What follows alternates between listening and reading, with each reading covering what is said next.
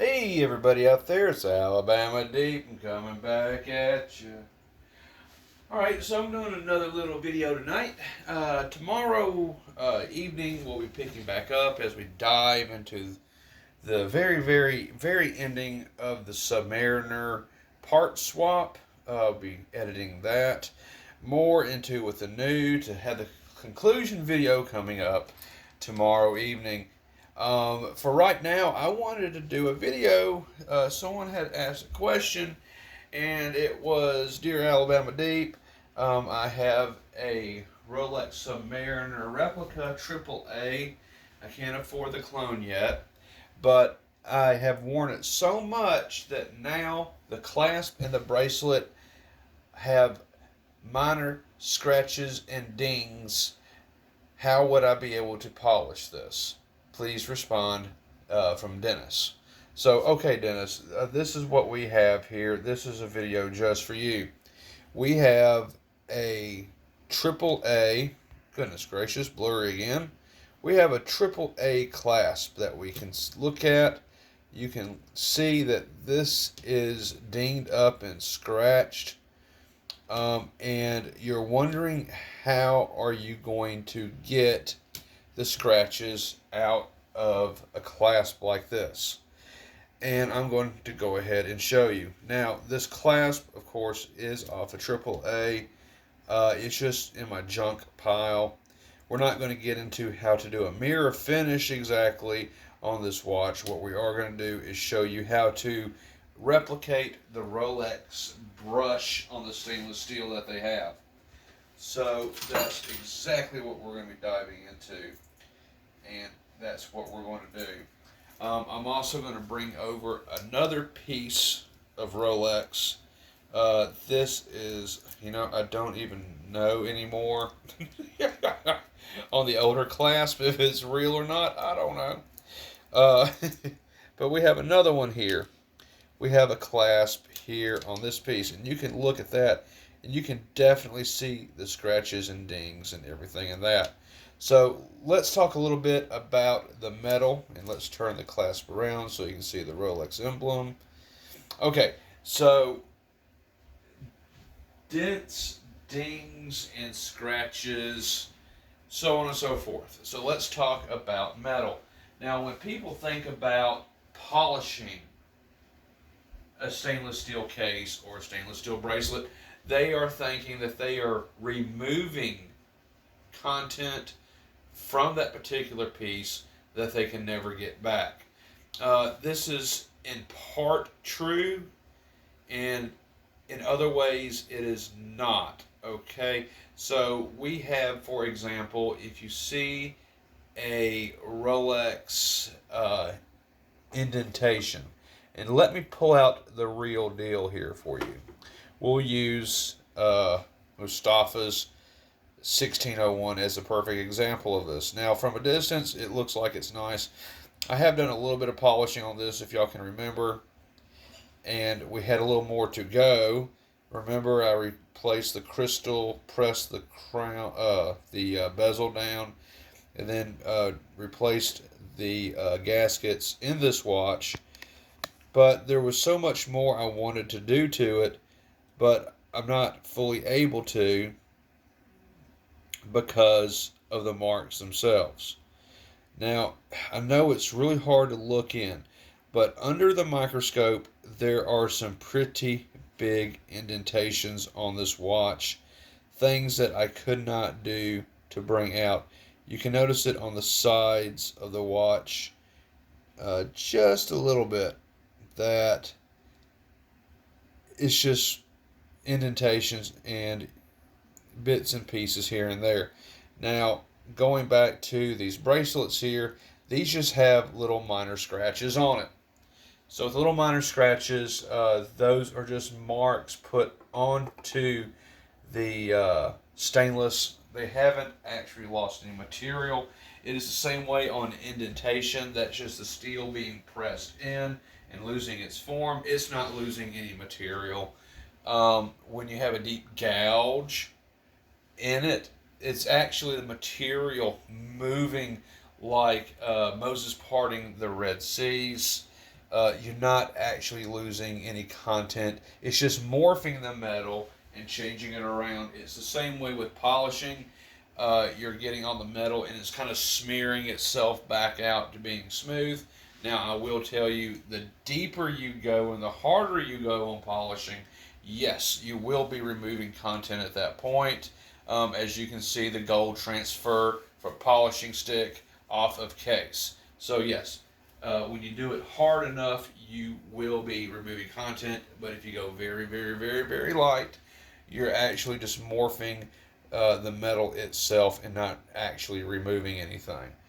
Okay, so we are going to, I guess, perfect example. We'll just use, let's see. I guess we'll just use this Submariner, or I guess it may be even a deep sea. And wow, I think there's some rust in that. Oh, is that actual rust? Yeah, that looks like a rust. So, oh, I'll have to get onto that. But like I said, this came from a junk pile. Okay, so what we're going to be doing is, this is the before. You see all the scratches and everything on it. That's going to be the before. So what do I have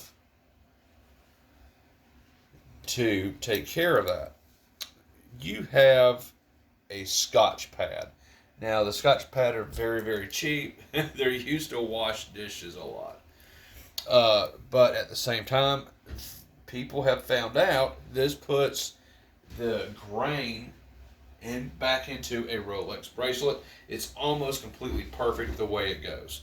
So when you're going to be removing the scratches off on this, uh, as you know, it is kind of standing up. So you very gently want to start with that. Wish I could grab by the clasp. There we go. So I'm just going down like that. I'm not going hard or deep with it. And I'm not going to do necessarily a whole lot of it. But as you see, when I start doing that, and that's just a couple times over, you're starting to see the scratches are starting to disappear. And they're starting to disappear because you are removing them, morphing this metal, and putting it back and restoring it to the way it used to be.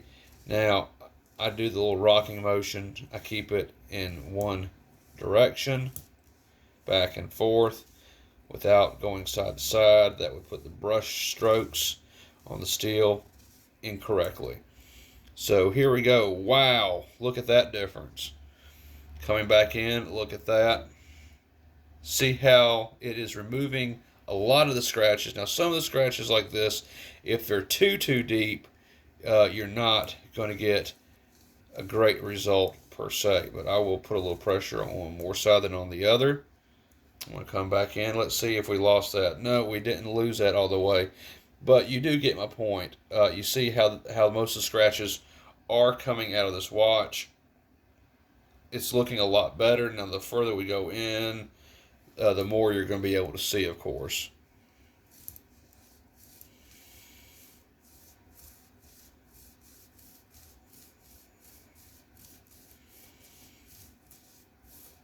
There we go. Let me get the blurry out of this. Look at that. It is removing a lot of scratches. And look, the one that was there, it is disappearing. So that is how you put the brush stroke back to your Submariner or Rolex bracelet. Just use a little bit of Scotch pad and it will do absolute wonders. Absolute wonders. And it's not hurting your watch at all. This can be done on real ones, of course. That's kind of what this video is for, using replicas as an intermediate. Plus, I like playing with replicas anyway. I think they're kind of cool, even though it is actually taking the name from somebody else. But nonetheless, I've always liked counterfeit goods. I thought it's intriguing how they make them. And I also love genuine Rolex watches as well. So it's kind of like a combo there. It's just I'm just interested in it. Now you can do the same thing on the little links. You can do that. And then you're going to get that polished look again. onto there, and it will remove the scratches off of that. Absolutely amazing. But yeah, like I said, I like Rolex and I like counterfeit goods, so why not just use it in between? Plus the clones, super clones, or with the VSF movement, are nearly identical to the Rolex movement. It's just the parts are not as refined, but the parts are basically the same. So it's good to learn on a clone and then move to real, which I'm already messing with most real and clones equally at this point. I just don't always have a chance to put it on the channel. I need to get some of them done quickly, and I can't really do that with a camera in my face.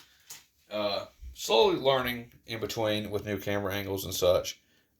So, in time to come, I'm sure I'll get some better shots, and I'll be able to put everything I do from here on to the YouTube channel. So, okay, I hope this helps a lot of people out there who want to remove their scratches uh, and so forth from their watch. Now, if you start talking about big dings, you're going to get into the sticks. And the sticks, the polishing sticks, is how you can look them up. And they come in a wide variety of grains. And here's some more right here. Let me go ahead and get them all. This is just a pack that I received. These are good to use on crystals to get scratches out of crystals, scratches out of the bracelets. And you usually start with a lower number and work your way all up to the highest number possible, which would be 7,000, I think, or it could be even 8,000. I have not polished anything with these in a bit, but yeah, we'll say 7,000. But polishing sticks is how you can look them up. They're not too expensive. You can find them on AliExpress for a couple bucks. Definitely get that. Sandpaper is good as well, but polishing sticks are a lot better. So yeah, this ends this video on how to get that brush-like appearance back into your Submariner and remove scratches from your clasp and bracelet that you have. If you do not want to pay a professional to do it, you can do it yourself. Just make sure you do not go too hard to deform any of the links or the bracelet clasp itself.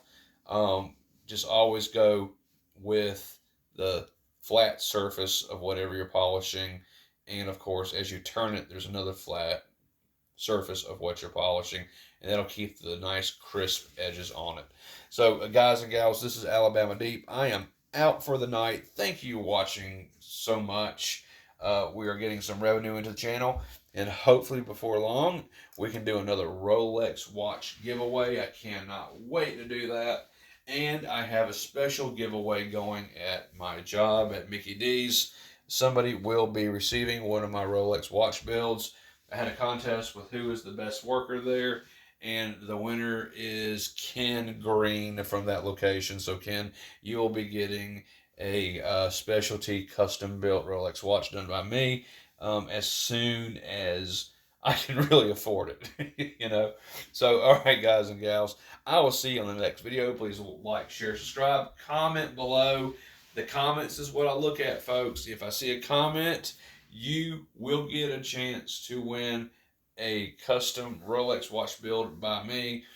I know Mustafa, he was our last contestant. He has won his. He has actually been to the house to collect this watch, but I'm waiting on that crown still. So as soon as that crown is in, he'll be taking this lovely Rolex vintage 34 millimeter home with him. So thank you everybody for watching, sharing, and subscribing. Leave that beautiful comment below just to say hi or hey, and you will be in the Rolex watch giveaway. Remember, you must comment to be entered into that. So please comment below. I'll see you guys on the next one. And until then, I hope everyone has a good and wonderful day. Stay blessed. And we'll see you coming up this evening on the flip side.